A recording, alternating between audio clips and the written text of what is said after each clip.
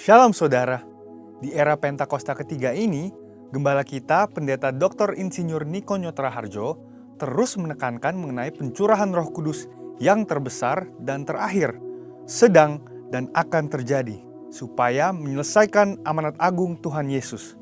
Nah, kita perlu memahami bahwa amanat agung bukan hanya mengenai penginjilan untuk membawa orang-orang yang belum bertobat masuk ke dalam Kristus, namun mengenai mengajar orang-orang percaya supaya menjadi serupa dengan Kristus.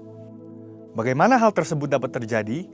Tuhan Yesus katakan, "Jadikan semua bangsa muridku." Pemuritan adalah bagian yang sangat penting dalam penyelesaian amanat agung Tuhan Yesus. Kabar baiknya, di seluruh dunia, hampir semua gereja memiliki program pemuritan yang sudah berjalan sejak gereja tersebut ada.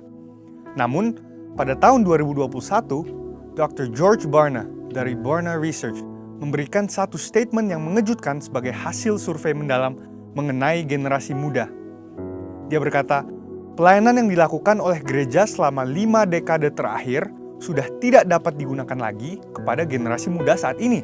Pertanyaannya adalah, bagaimana kita menyesuaikan program-program pemuritan yang sudah ada supaya relevan dengan generasi kita saat ini? Salah satu jawaban yang disarankan oleh David Kinnaman dan Mark Matlock dalam buku Faith for Exiles adalah dengan pemuritan vokasional. Pemuritan vokasional dikatakan dapat membangkitkan satu generasi muda untuk menjadi resilient disciples atau murid-murid yang tangguh. Ciri-ciri resilient disciples adalah yang pertama, hadir beribadah di gereja dan aktif, bukan hanya sekedar datang untuk beribadah saja.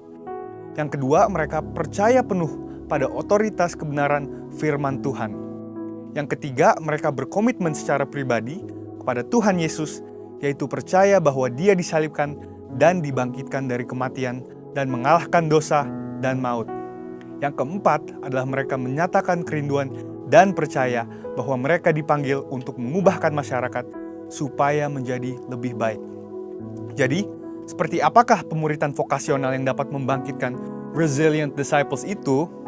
Selain bersama-sama mempelajari Alkitab, murid-murid dibimbing dalam hal vokasi atau keahlian yang dimilikinya. Bayangkan seorang calon dokter yang dibimbing oleh seorang dokter ternama yang takut akan Tuhan. Selain mengarahkan untuk sukses sebagai seorang dokter, sang mentor juga membagi hidup dan pengalamannya bagaimana dia menjadi sukses dalam profesinya. Atau mungkin seorang pengacara yang berbagi tips untuk tetap takut akan Tuhan di saat menghadapi dilema moral. Pemuritan vokasional bukan hanya khotbah, berbagi cerita tentang kesuksesan atau mendapatkan kekayaan yang berlimpah. Namun pemuritan vokasional adalah mempersiapkan generasi muda untuk menjalani hidup mereka di dunia kerja dan bagaimana menghadapi situasi atau realita apabila mereka tidak mendapatkan apa yang mereka harapkan. Pemuritan vokasional ada untuk anak-anak muda mengetahui dan menghidupi panggilan Allah dalam hidup mereka, terutama dalam area pekerjaan, tapi juga untuk mengarahkan ambisi mereka kepada kerajaan Allah. Setelah mengetahui dampak luar biasa dari pemuritan vokasional, hal-hal apa sajakah yang perlu diperhatikan untuk mewujudkannya? Yang pertama adalah aplikasi nilai-nilai kerajaan Allah. Generasi muda Kristen umumnya mengetahui bahwa iman Kristiani dan kehidupan sehari-hari adalah hal-hal yang tidak terpisahkan. Mereka juga tahu bahwa secara umum, mereka dipanggil untuk mewarnai dunia secara positif dengan cara menjalani hidup sebagai murid-murid Kristus. Yang mereka butuhkan adalah bagaimana secara lebih spesifik menjalankannya di area pekerjaan yang spesifik pula. Yang kedua adalah hubungan antar generasi. Pemuritan vokasional berbicara mengenai menghubungkan generasi muda dengan generasi sebelumnya, sesuai dengan vokasi yang akan atau sedang mereka geluti. Ingin jadi politikus? Mintalah politikus Kristen yang sukses dan bersih menjadi mentornya. Ingin menjadi pengusaha startup? Mintalah pengusaha yang sukses membangun bisnis sendiri dan terbukti takut akan Tuhan menjadi mentornya. Mau menjadi tentara? Mintalah perwira yang hidup dalam firman menjadi mentornya. Atau mungkin terpanggil menjadi pengkhotbah. Selain masuk sekolah Alkitab, mintalah seorang pengkhotbah yang baik untuk menjadi mentornya. Poin yang ketiga adalah pemuritan vokasional membutuhkan komitmen yang serius. Pemuritan vokasional bukan ibadah raya atau kelas-kelas Alkitab, tetapi suatu kedekatan khusus antara murid dan mentor. Ini membutuhkan komitmen dan upaya yang lebih dari pihak mentor. Sang mentor membagikan bukan hanya hal-hal baik yang dia terima dan yang dilakukan dalam bidang pekerjaannya, tetapi juga dengan terbuka mengenai pengalaman buruk yang dialaminya. Mentor membagikan bagaimana ia menang atas semua hal itu. Dengan kuasa Roh Kudus di era Pentakosta ketiga ini dan melalui pemuritan vokasional, kiranya dibangkitkan generasi Yeremia yang menjadi resilient disciples.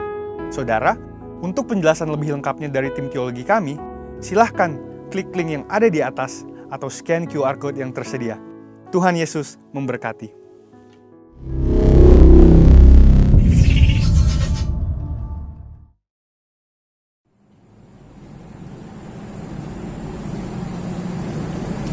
Shalom, kita akan memperkatakan apa yang dimaksud dengan Pentakosta ketiga. Mari kita bangkit berdiri. 1. Pentakosta ketiga adalah pencurahan Roh Kudus yang dahsyat di zaman ini, melebihi yang terjadi di Asusastri. Pentakosta ketiga adalah pencurahan Roh Kudus yang dahsyat di zaman ini, melebihi yang terjadi di Asusastri. 2. Pentakosta ketiga akan mengakibatkan penuaian jiwa yang besar dan yang terakhir sebelum Tuhan Yesus datang kembali. Pentakosta ketiga akan mengakibatkan penuaian jiwa yang terbesar dan yang terakhir sebelum Tuhan Yesus datang kembali. 3. Pentakosta ketiga akan membangkitkan generasi Yeremia, yaitu anak-anak muda yang dipenuhi Roh Kudus, cinta mati-matian kepada Tuhan Yesus, tidak kompromi terhadap dosa, dan akan bergerak untuk memenangkan jiwa. Pentakosta ketiga akan membangkitkan generasi Yeremia, yaitu anak-anak muda yang dipenuhi Roh Kudus, cinta mati-matian kepada Tuhan Yesus, tidak kompromi terhadap dosa, dan akan bergerak untuk memenangkan jiwa. 4. Pentakosta ketiga lahir di Indonesia yang bergerak ke bangsa-bangsa. Gerakan ini dari timur ke barat dan akan kembali ke Yerusalem. Pentakosta ketiga lahir di Indonesia yang bergerak ke bangsa-bangsa. Gerakan ini dari timur ke barat dan akan kembali ke Yerusalem. 5. Pentakosta ketiga akan memberikan kuasa untuk menyelesaikan amanat agung, dan setelah itu Tuhan Yesus datang kembali. Pentakosta ketiga akan memberikan kuasa untuk menyelesaikan amanat agung, dan setelah itu Tuhan Yesus datang kembali. Amin.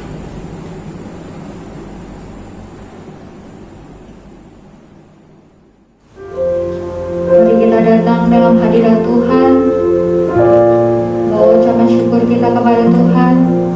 Mari kita bersatu dalam doa.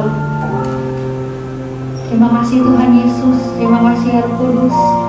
Tuhan, terima kasih Tuhan atas segala penyertaan-Mu Tuhan hingga sampai saat ini ya Tuhan.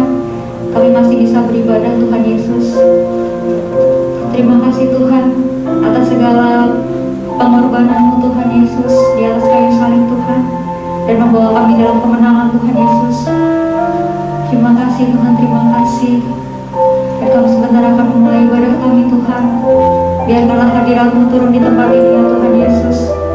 Biarkanlah lewat pujian penyembahan kami Tuhan dapat menyenangkan hati-Mu Tuhan. Hanya dalam nama Tuhan Yesus kami telah mengucap syukur. Haleluya. Amin.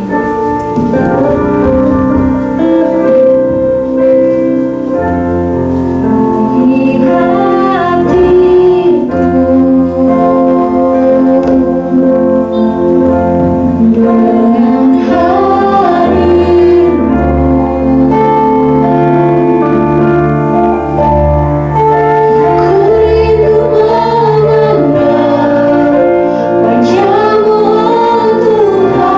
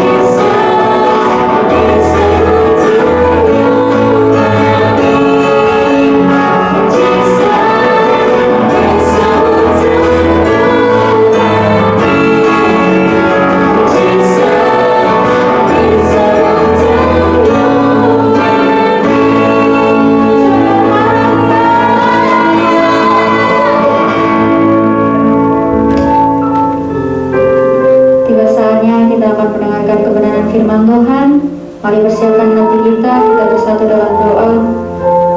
Tuhan Yesus, terima kasih Tuhan. Kini tiba saatnya kami akan mendengarkan kebenaran firman-Mu Tuhan. Melalui hamba-Mu yang akan menyampaikan kebenaran firman-Mu Tuhan, dan apa yang menjadi isi hati Tuhan, itulah hamba-Mu yang akan katakan Tuhan Yesus. Terima kasih Tuhan, terima kasih. Berarti kami semua ya Tuhan, untuk menjadi pendengar ya Tuhan dan melakukan firman-Mu. Hanya dalam nama Tuhan Yesus kami berucap syukur. Haleluya. Amin.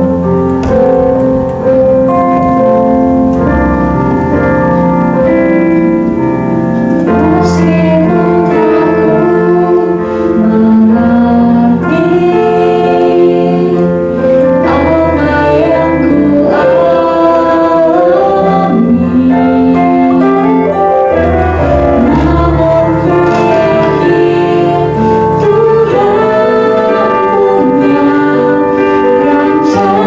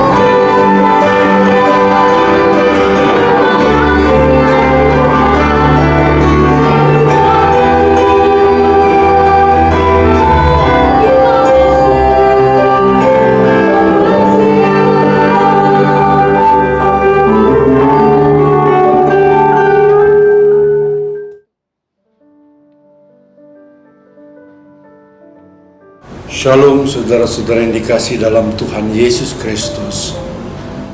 Apa kabarnya? Saya percaya keadaan saudara dalam keadaan baik, sehat secara sempurna, dan diberikan imunitas tubuh yang baik, saudara yang dikasihi Tuhan Yesus.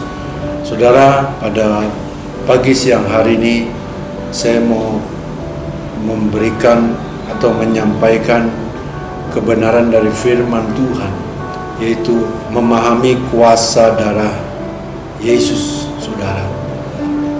Kita selama ini hanya tahu bahwa kuasa darah Yesus berkuasa, saudara. Nanti kita akan belajari dan kita akan uraikan secara detail bahwa darah Yesus memiliki kuasa yang luar biasa. Mari saudara yang dikasihi Tuhan Yesus, sebelum firman Tuhan disampaikan, kita bersatu dalam doa. Bapa di dalam surga, terima kasih Tuhan buat kebaikan-Mu. Kami boleh merayakan Paskah, di mana kebangkitan-Mu bukti bahwa Engkau hidup, dan ketika Engkau bangkit, maka kehidupan kami memiliki arti hidup yang sesungguhnya, dan ketika Engkau hidup, maka hidup kami ada hari esok. Terima kasih Tuhan Yesus. Tuhan, pada pagi hari ini kami rindu memahami dari kuasa darah Yesus Kristus. Berikan hikmat pewahyuan buat kami semua, Tuhan Yesus. Tuhan, juga hamba-Mu ini yang memusrahkan ke dalam tangan-Mu.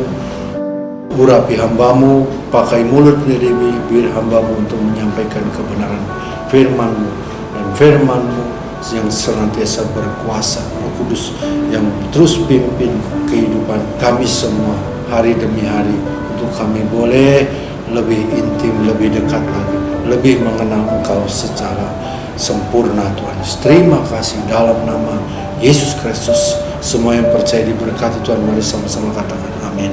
Saudara yang dikasihi Tuhan Yesus,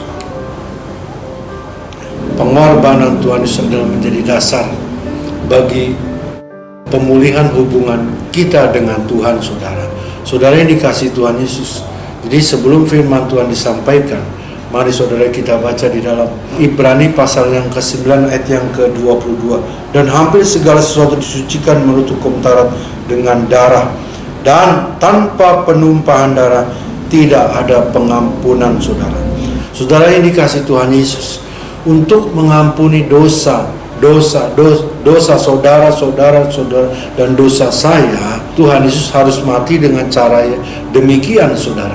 Jadi cara matinya Tuhan Yesus sungguh-sungguh tidak layak, tapi oleh karena kasihnya Tuhan, sehingga Tuhan mau melakukan semuanya ini karena kasihnya Tuhan untuk saudara dan saya. Saudara yang dikasihi Tuhan Yesus Kristus, Yesaya pasal yang ke-53 ayat yang ke-4, saudara.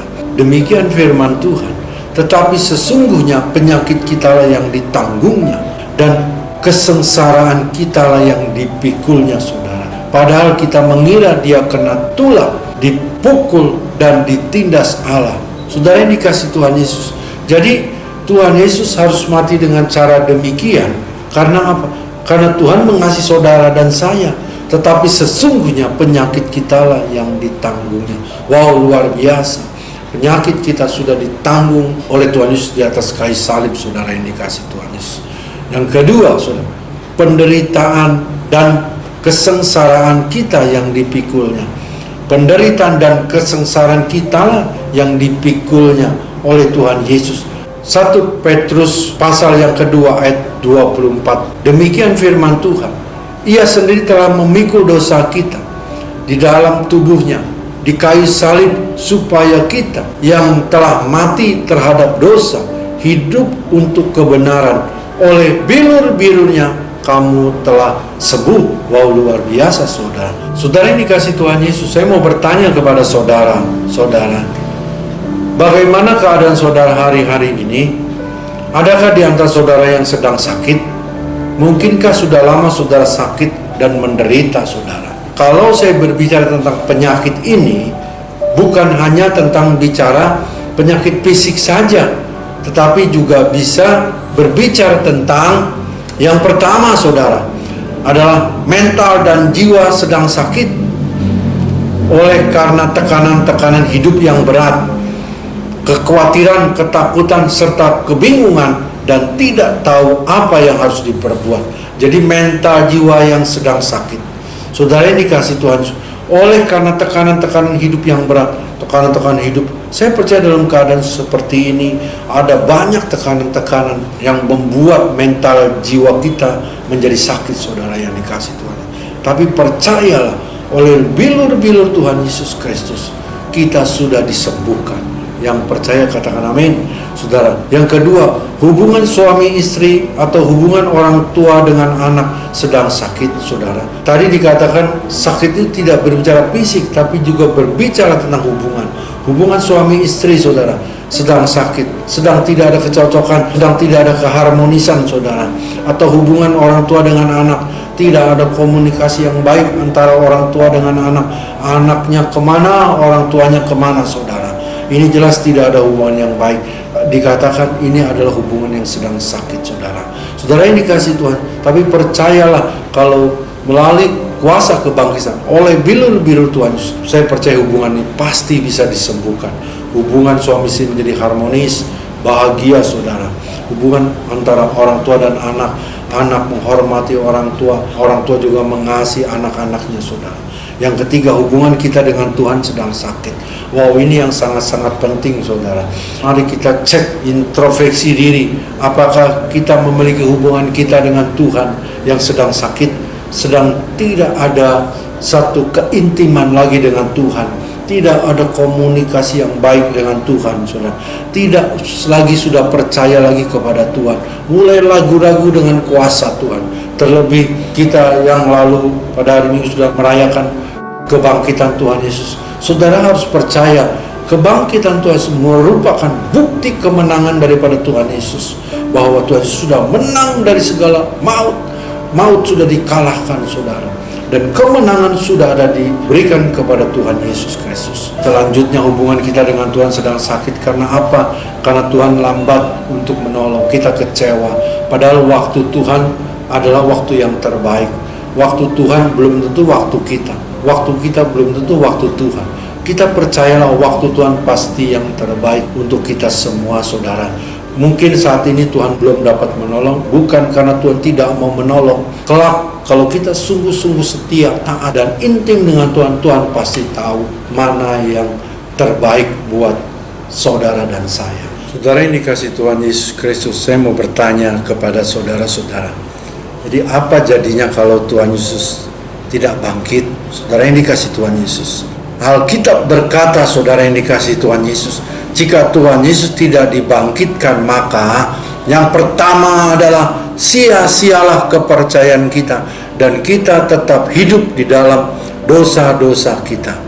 Tetapi puji Tuhan, saudara yang dikasih Tuhan Yesus, karena Tuhan Yesus Dia bangkit, sehingga kepercayaan kita tidak sia-sia dan kita tidak berada di dalam dosa. 1 Korintus pasal yang ke-15 ayat yang ke-14. Tetapi andai kata Kristus tidak dibangkitkan, maka sia-sialah pemberitaan kami dan sia-sia juga kepercayaan kamu. Saudara, saat ini saya sedang memberitakan firman, saudara. Jadi sia-sia kalau Tuhan Yesus Kristus tidak bangkit, saudara yang dikasih Tuhan. Tapi puji Tuhan, Tuhan Yesus bangkit. Amin, saudara yang dikasih Tuhan Yesus. Tanpa kebangkitan Kristus, tidak ada jaminan seorang menang atas dosa. Jelas, saudara yang dikasih Tuhan Yesus. Jadi kebangkitan Tuhan Yesus menentukan jaminan untuk seseorang, orang percaya, untuk menang atas dosa-dosanya. Saudara yang dikasih Tuhan Yesus. Yang kedua, orang-orang yang mati di dalam Tuhan akan binasa. Tetapi puji Tuhan, karena Tuhan Yesus Dia bangkit, sehingga orang-orang yang mati di dalam Tuhan tidak binasa, melainkan hidup yang kekal selama-lamanya, saudara. Kita baca di dalam Kisah Para Rasul pasal yang pertama ayat yang ketiga. Demikian firman Tuhan. Kepada mereka Ia menunjukkan dirinya setelah penderitaannya selesai, dan dengan banyak tanda Ia membuktikan bahwa Ia hidup. Jelas, Ia adalah Tuhan Yesus hidup. Sebab selama 40 hari Ia, Tuhan Yesus, berulang-ulang menampakkan diri dan berbicara kepada mereka tentang kerajaan Allah. Beri tepuk tangan buat Tuhan Yesus. Oleh sebab Tuhan Yesus hidup, maka ada hari esok. Yang setuju katakan amin. Saudara yang dikasihi Tuhan Yesus.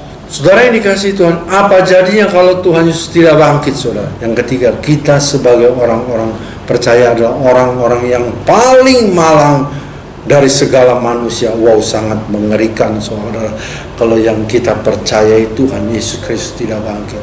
Tapi puji Tuhan karena dia bangkit, sehingga kita bukan orang-orang yang paling malang dari segala manusia. Justru sebaliknya, saudara, kita adalah orang-orang yang paling beruntung dari segala manusia, saudara. Wow, beri tepuk tangan buat Tuhan Yesus. Tuhan Yesus baik, Tuhan Yesus hidup.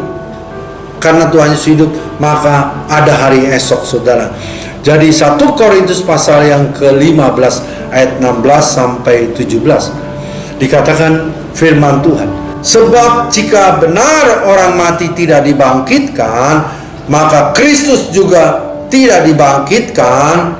17, dan jika Kristus tidak dibangkitkan, maka sia-sialah kepercayaan kamu, dan kamu masih hidup di dalam dosamu.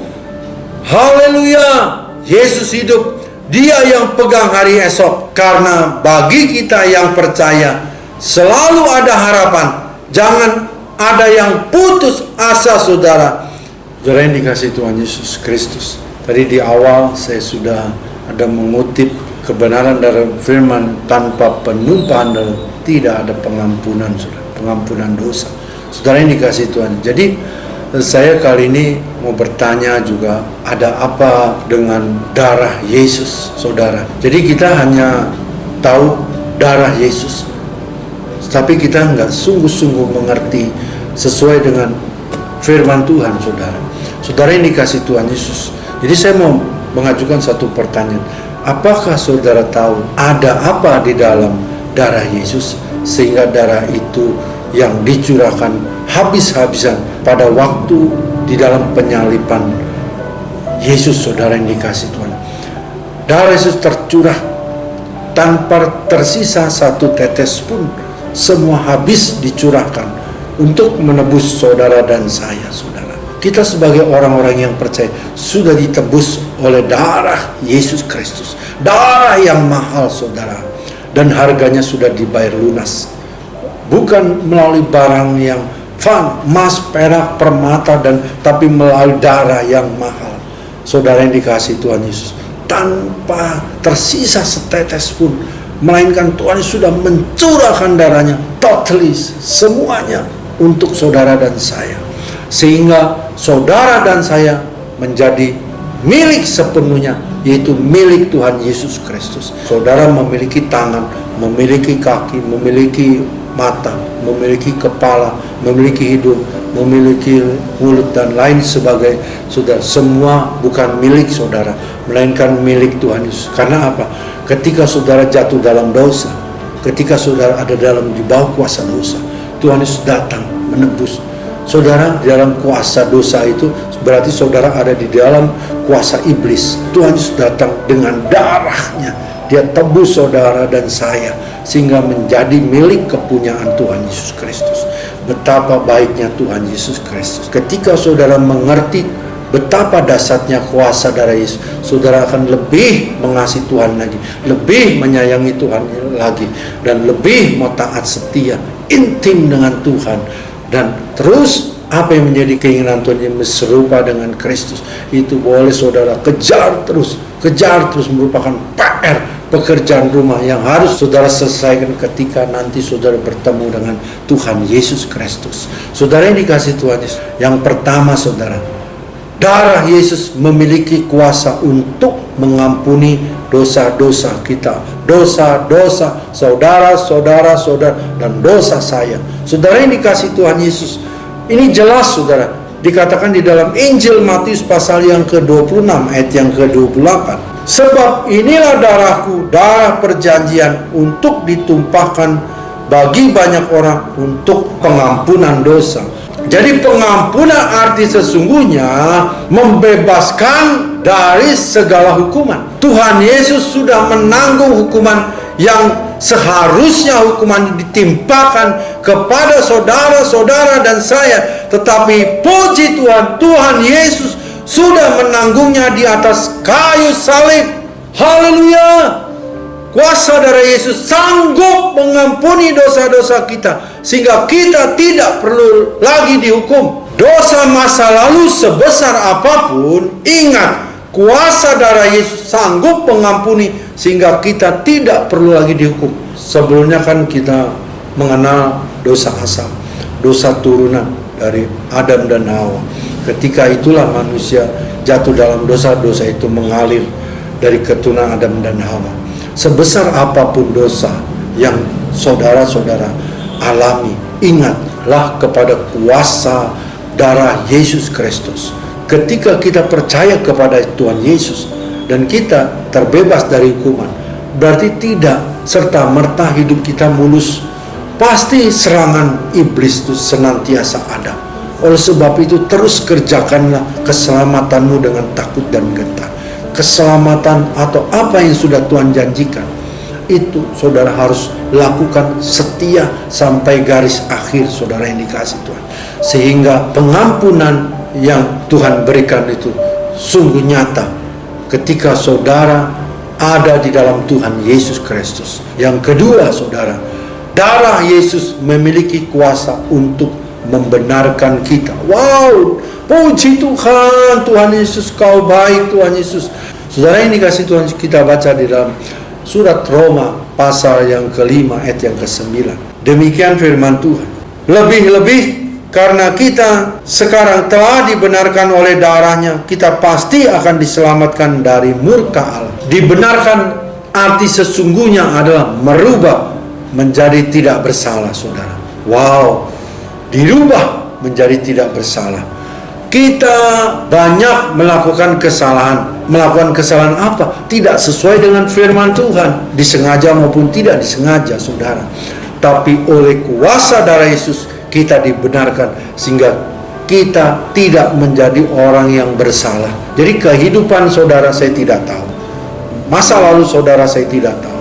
Tetapi ingat saudara, bahwa kita semua adalah orang-orang yang sudah dibenarkan oleh Allah, oleh kuasa darah Yesus Kristus. Ketika kita dahulu menjadi orang yang bersalah, kini kita dibuat menjadi orang yang tidak bersalah. Karena apa? Karena kita sudah dibenarkan oleh kuasa darah Yesus. Jadi yang sanggup membenarkan kehidupan kita adalah darah Yesus Kristus. Saudara yang dikasih, bukan karena kelakuan perbuatan kita dibenarkan, tetapi kita dibenarkan adalah oleh karena kuasa darah Yesus Kristus. Jadi ketika kita mengaku bahwa kita orang benar, sebetulnya bukan karena kekuatan kita, bukan karena kehebatan kita, saudara, karena kekuatan apa? Kepintaran kita, melainkan oleh karena kuasa darah Yesus. Itulah saudara yang dikasih Tuhan. Saya tadi sudah katakan, kita harus memahami kuasa dari darah Yesus Kristus, saudara, sehingga kita terus tambah yakin, tambah setia hidup bersama dengan Tuhan. Saudara yang dikasih Tuhan. Jadi saudara yang ketiga, saudara, kuasa darah Yesus Kristus sanggup membuat kita kudus. Wow, luar biasa, saudara. Saudara yang dikasih Tuhan Yesus, kita baca di dalam Ibrani pasal yang ke-13 ayat yang ke-12. Demikian firman Tuhan. Itu jugalah sebabnya Yesus telah menderita di luar pintu gerbang untuk menguduskan umatnya dengan darahnya sendiri. Garis bawah, menguduskan umatnya dengan darah. Jadi arti dikuduskan sebenarnya membuat, menjadikan kita kudus. Jadi bukan karena pekerjaan kita, kekuatan kita, melainkan kuasa dari darah Yesus Kristus. Kita dibuat kudus, saudara. Saudara yang dikasih Tuhan, sebelum kita adalah orang-orang berdosa, orang-orang yang najis, tetapi hari ini oleh kuasa darah Yesus kita dikuduskan. Saudara-saudara yang dikasih Tuhan Yesus, jadi kuasa darah Yesus Kristus sanggup menjadikan kita hidup dalam kekudusan. Saudara, tidak ada yang dapat hidup kudus dengan kekuatannya sendiri. Ya, saya percaya mungkin ada 1-2 hari dia bisa kudus, tapi kedepannya dia tidak akan mungkin bisa bertahan. Saudara, kudus juga berarti dipisahkan untuk Tuhan, untuk menjadi kudus. Jadi Tuhan pisahkan seseorang untuk menjadi kudus, sehingga ketika orang tersebut kudus, orang itu dapat melayani Tuhan, saudara. Jadi contoh, jadi ada seorang pelayan Tuhan mengajak rekannya untuk pelayanan, tetapi apa jawab rekannya? Itu, sorry ya, saya masih banyak dosa. Nanti aja setelah saya kudus, saya baru mau melayani. Saudara, ini banyak terjadi dalam kehidupan kita, saudara. Kita sebagai orang percaya mau menarik orang yang belum sungguh-sungguh untuk sungguh-sungguh, orang yang belum hidup kudus untuk hidup kudus, saudara. Saya beritahu kepada saudara-saudara, tidak akan pernah mencapai level kudus untuk siap melayani, saudara. Tetapi ingat, saudara, oleh kuasa darah Yesus Kristus, saudara dapat dijadikan kudus, sehingga saudara dilayakkan untuk dapat melayani. Saudara yang dikasih, betapa baiknya Tuhan, saudara. Kita yang tidak memiliki dasar apapun untuk hidup kudus, tapi oleh kuasa darah Yesus Kristus, Tuhan sanggup menguduskan saudara dan saya untuk dilayakkan untuk melayani Dia. Dia yang kudus, saudara yang dikasih Tuhan Yesus. Kita semua secara kacamata Tuhan, kita semua sebetulnya tidak layak. Saya pun saat ini berdiri di atas mimbar. Saya percaya ketika saya ada, saya jujur, saya katakan saya tidak layak memegang apa yang Tuhan percayakan dalam hidup saya. Tapi puji Tuhan, saudara, oleh kuasa darah Yesus Kristus, saya dikuduskan, saya dilayakkan, sehingga saya dapat melayani Dia. Jadi hidup dalam kekudusan itu tidak bisa dengan kekuatan kita, tidak bisa dengan kehebatan kita, melainkan oleh karena kuasa darah Yesus Kristus. Darah Yesus berkuasa untuk menjadikan seseorang untuk dapat hidup kudus. Kuasa darah Yesus sanggup menebus atau membayar kita. Wow, saudara yang dikasih Tuhan Yesus, ini luar biasa, saudara. Kita baca di dalam Efesus pasal yang pertama ayat yang ke-7. Sebab di dalam Dia dan oleh darahnya kita beroleh penebusan, yaitu pengampunan dosa menurut kekayaan kasih karunia-Nya. Jadi kata penebusan sungguh ada tindakan atau menebus seluruhnya, total semua ditebus tanpa ada sesuatu yang ketinggalan. Tuhan Yesus tebus semua, saudara, seluruhnya Tuhan Yesus tebus. Sebenarnya kita hidup di dalam kuasa dosa, tapi Tuhan Yesus datang mencurahkan darahnya di atas kayu salib. Ingat, tanpa tersisa setetes darah pun Tuhan Yesus curahkan semuanya.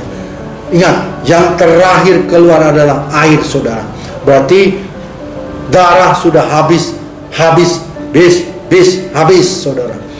Kita ditebus bukan dengan emas, perak, permata, tetapi kita ditebus oleh darah yang mahal, yaitu darah Yesus sendiri.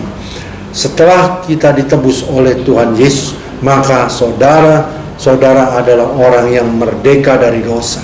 Bukan berarti berhak melakukan segala sesuatu dengan bebas. Maka saudara adalah milik orang yang telah menebus saudara. Siapa yang telah menebus saudara? Saya bertanya kepada saudara, siapa yang telah menebus hidup saudara? Tuhan Yesus sendiri. Dengan apa? Emas, perak, permata? Bukan. Tetapi melainkan dengan darahnya sendiri, darah anak domba, darah yang mahal. Tuhan Yesus tebus saudara-saudara dan saya. Berarti saudara-saudara dan saya adalah total milik Tuhan Yesus.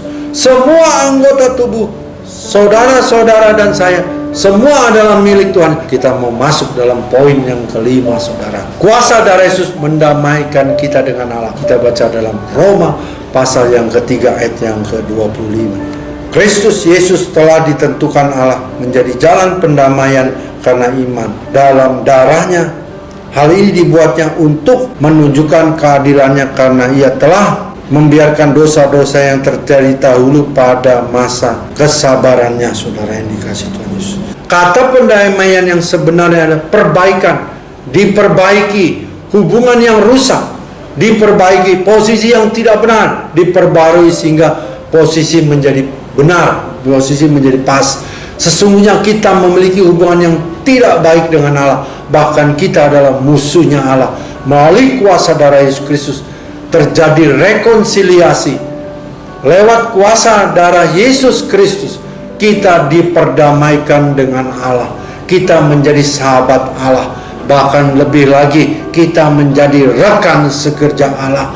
Bahkan lebih dahsyat lagi, kita dijadikan menjadi anak-anak Allah. Saudara ini kasih Tuhan Yesus, kita baca di dalam Ibrani pasal yang ke-10 ayat yang ke-19. Demikian firman Tuhan. Jadi saudara-saudara, oleh darah Yesus kita sekarang penuh keberanian dapat masuk ke dalam tempat kudus.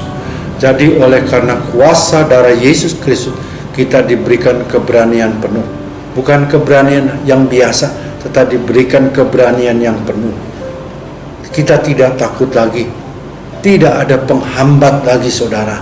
Lewat darah Kristus, kita setiap saat bisa datang kepada Bapa. Saudara, kalau kita melihat pada waktu Tuhan Yesus dikatakan sudah selesai, maka tabir bait suci terbelah dua, saudara. Itu membuktikan bahwa kita boleh datang dengan keberanian penuh masuk ke dalam tempat kudusnya. Dan kita boleh hidup intim, bisa hidup, boleh berkomunikasi dengan Bapa di surga, saudara. Jadi lewat darahnya kita boleh, ya Aba, Kau baik, ya Tuhan Kau baik, Kau sungguh baik. Terima kasih Tuhan, segala apa yang terjadi, apa yang Kau berikan pada hari ini, kita bisa berkata terima kasih. Oh, dengan penuh keberanian kita boleh bisa datang setiap saat. Ini adalah anugerah yang luar biasa yang Tuhan berikan kepada saudara dan saya. Yang keenam, saudara, yang terakhir, kuasa darah Yesus Kristus sanggup mengalahkan kuasa iblis. Saudara, kita baca di dalam Wahyu pasal yang ke-12 ayat yang ke-11. Demikian firman Tuhan. Dan mereka mengalahkan dia oleh darah anak domba dan oleh perkataan kesaksian mereka, karena mereka tidak mengasihi nyawa mereka sampai ke dalam maut. Saudara, yang dikasihi Tuhan, saudara, melalui firman ini jelas kita dapat mengalahkan kuasa iblis melalui darah Yesus, darah anak domba, saudara. Jadi darah anak domba yang mati tersembelih sanggup mengalahkan kuasa iblis. Mengalahkan arti sesungguhnya adalah menundukkan kuasa iblis. Jadi iblis sudah ditundukkan, kuasa iblis sudah ditaklukkan oleh kuasa darah Yesus Kristus. Jadi kalau saudara sudah mendapat serangan dari iblis, saudara tidak perlu takut. Kenapa? Karena saudara memiliki kuasa darah Yesus Kristus. Ingat, jangan kita beranggapan iblis sudah tidak ada lagi, saudara. Banyak orang, mana iblis, mana setan? Oh, saya udah nggak percaya. Hati-hati, saudara. Iblis bisa menyerang setiap saat. Iblis bisa menyerang orang-orang percaya, saudara. Kita baca di dalam 1 Petrus pasal yang ke-5 ayat yang ke-8, saudara. Sadarlah dan berjaga-jagalah, lawanmu si iblis berjalan keliling sama seperti singa yang mengaum-ngaum dan mencari orang yang dapat ditelannya. Iblis setiap saat mau menelan kita, menghancurkan kita, saudara. Kalau saudara dalam kehidupan ini tidak pernah mengalami atau tidak pernah diserang oleh setan, ini aneh. Saya bertanya, saudara, jangan-jangan saudara adalah rekannya si iblis. Maaf, saudara. Jadi kalau saudara merasakan ada serangan, intimidasi dari iblis, ingat, saudara, memang itulah sifat atau keinginan iblis untuk menelan atau menghancurkan kehidupan orang percaya. Jadi serangan iblis bisa datang setiap saat, tetapi oleh karena kuasa dari kita dapat mengalahkan kuasa iblis. Puji Tuhan, saudara yang dikasihi Tuhan Yesus. Firman Tuhan sudah disampaikan. Jadi kalau saudara menyimak dari uraian kebenaran firman ini, saya percaya saudara tambah yakin, tambah percaya pengorbanan Tuhan Yesus di atas kayu salib. Dia mencurahkan darahnya tanpa tersisa setetes darah pun untuk menebus siapa? Untuk menebus saudara, dan menebus saya. Itu kebaikan daripada Tuhan Yesus. Mari saudara yang dikasih, kita tundukkan kepala. Terima kasih Tuhan buat kebenaran firman ini. Kami boleh memahami bahwa kuasa darah Yesus sungguh dahsyat. Kami bangga Tuhan memiliki Engkau, dan kami percaya ketika Engkau telah menebus kami, bahwa kami adalah total juga sepenuhnya milik Engkau. Apa yang sudah Engkau tebus dalam kehidupan kami, kami dapat mengembalikan memuliakan Engkau melalui kehidupan kami. Terima kasih Tuhan, Kau baik, Kau sungguh baik, teramat baik. Berkati kami semua yang sudah mendengarkan firman Tuhan, tanam materaikan dalam loh hati kami, sehingga kami boleh terus tetap setia, intim dengan Engkau, sampai Engkau datang menjemput kami di awan-awan yang permai, bahkan kekal selama-lamanya. Semua yang percaya diberkati Tuhan, mari sama-sama katakan, amin.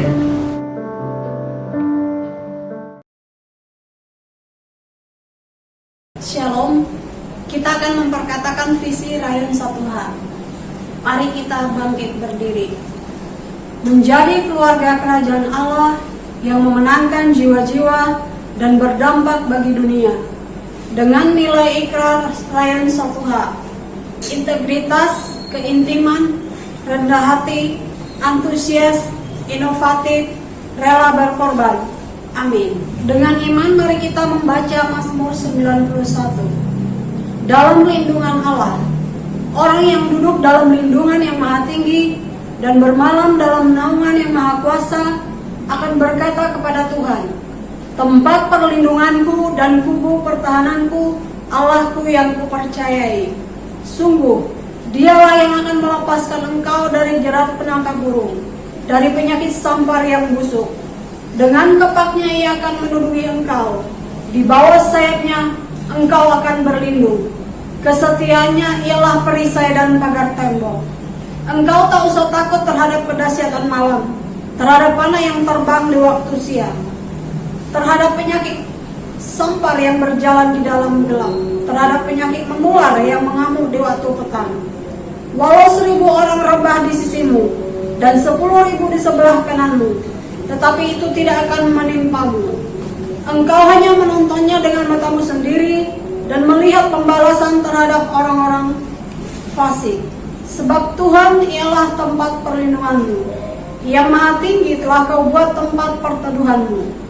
Malapetaka tidak akan menimpa kamu, dan tulah tidak akan mendekat kepada kemahmu. Sebab malaikat-malaikatnya akan diperintahkannya kepadamu untuk menjaga engkau di segala jalanmu. Mereka akan menatang engkau di atas tangannya, supaya kakimu jangan terantuk kepada batu. Singa dan ular tedung akan kau langgahi. Engkau akan menginjak anak singa dan ular naga. Sungguh, hatinya melekat kepadaku, maka aku akan meluputkannya. Aku akan membentenginya, sebab ia mengenal namaku. Bila ia berseru kepadaku, aku akan menjawab. Aku akan menyertai dia dalam kesesakan. Aku akan meluputkannya dan memuliakannya. Dengan panjang umur akan kukenyangkan dia, dan akan kuperlihatkan kepadanya keselamatan yang daripadaku. Amin.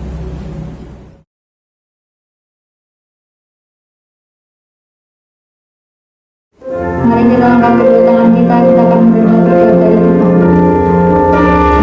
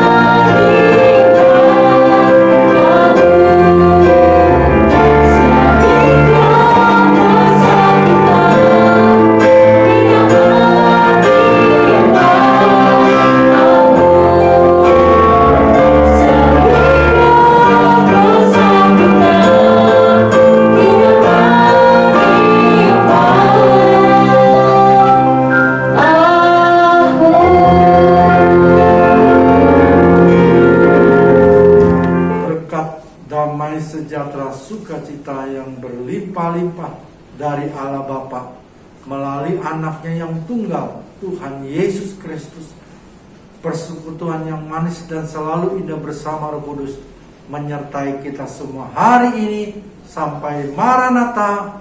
Tuhan Yesus datang menjemput kita semua di awan-awan yang permai, bahkan kekal selama-lamanya. Semua yang percaya diberkati Tuhan berlimpah-limpah. Mari sama-sama katakan amin. Tuhan Yesus memberkati kita semua berlimpah-limpah.